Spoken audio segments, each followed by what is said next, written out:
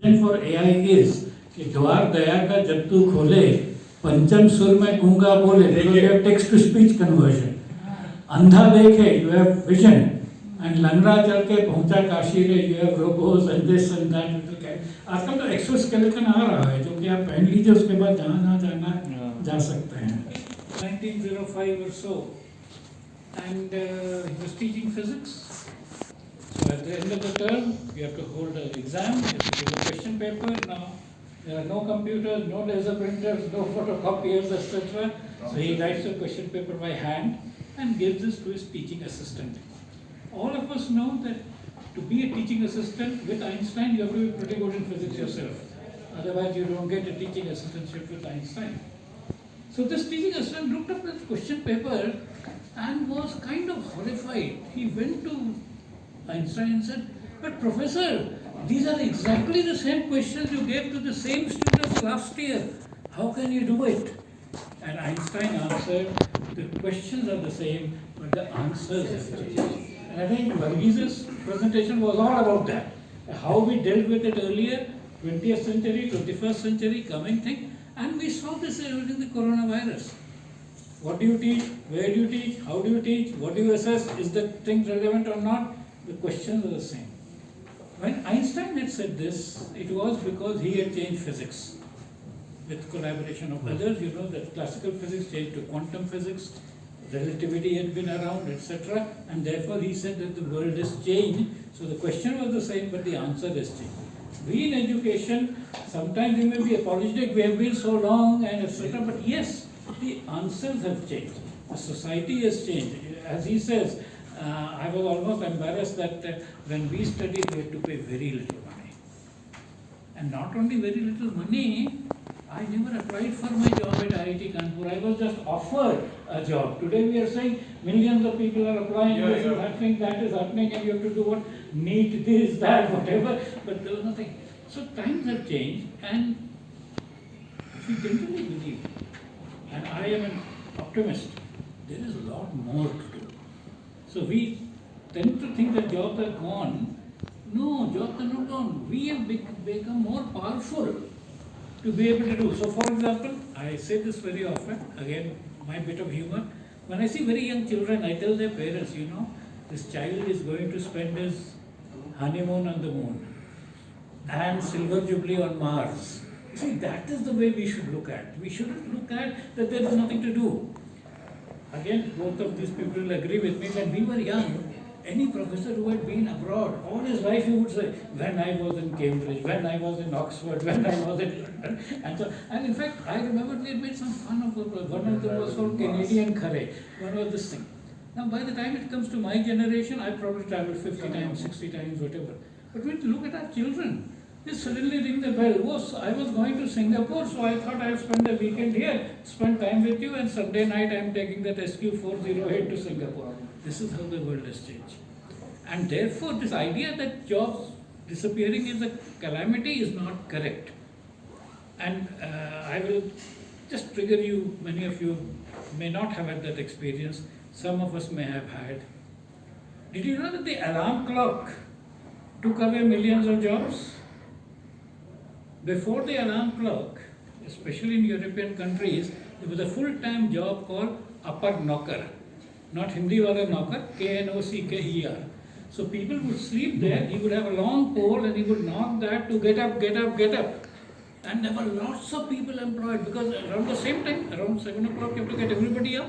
So lots of people were employed. You can Google for it. It's called upper knocker, or you can say human alarm clock. That is what they were doing. All of you must have probably been in the post-electricity generation. आप में से किसने देखा time जब electricity नहीं होती थी? You know, the entire street lighting was done by human beings who went up, lit the lamp, etc. आप अब शादी ब्याह में देखते हैं उसको लेके जाके. That was the only source of light. And so much so that I heard from my mother.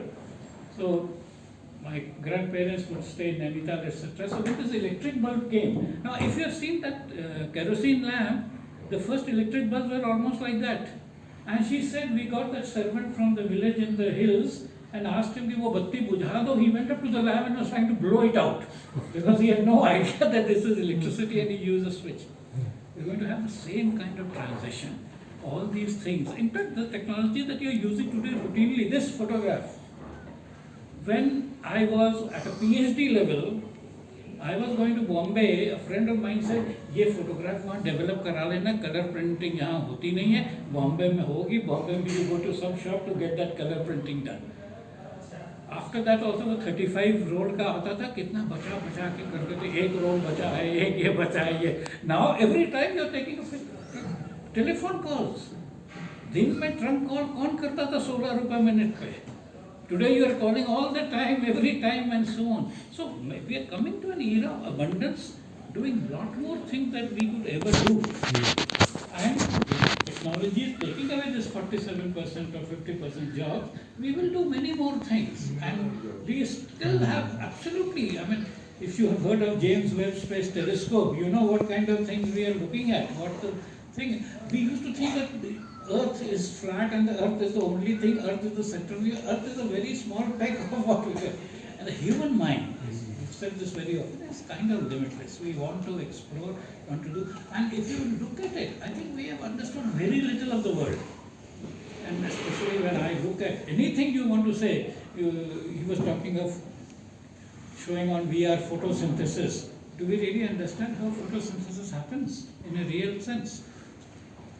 You find that you can't. I have been very recently, simple thing like, ये पालक में इतना आयरन क्यों होता है?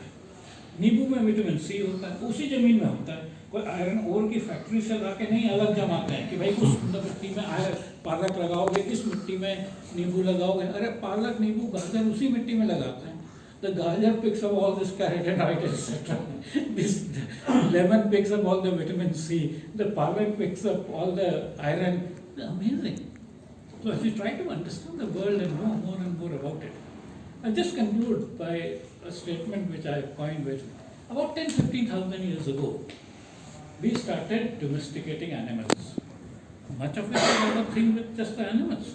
And then what did we do? Wolf ko to kutta bana diya, शेर को बिल्ली बना दिया. And we actually learnt horses, riding horses. And horses, camel, whatever wild animals, we started leveraging them. Now we are leveraging atoms and molecules and quanta.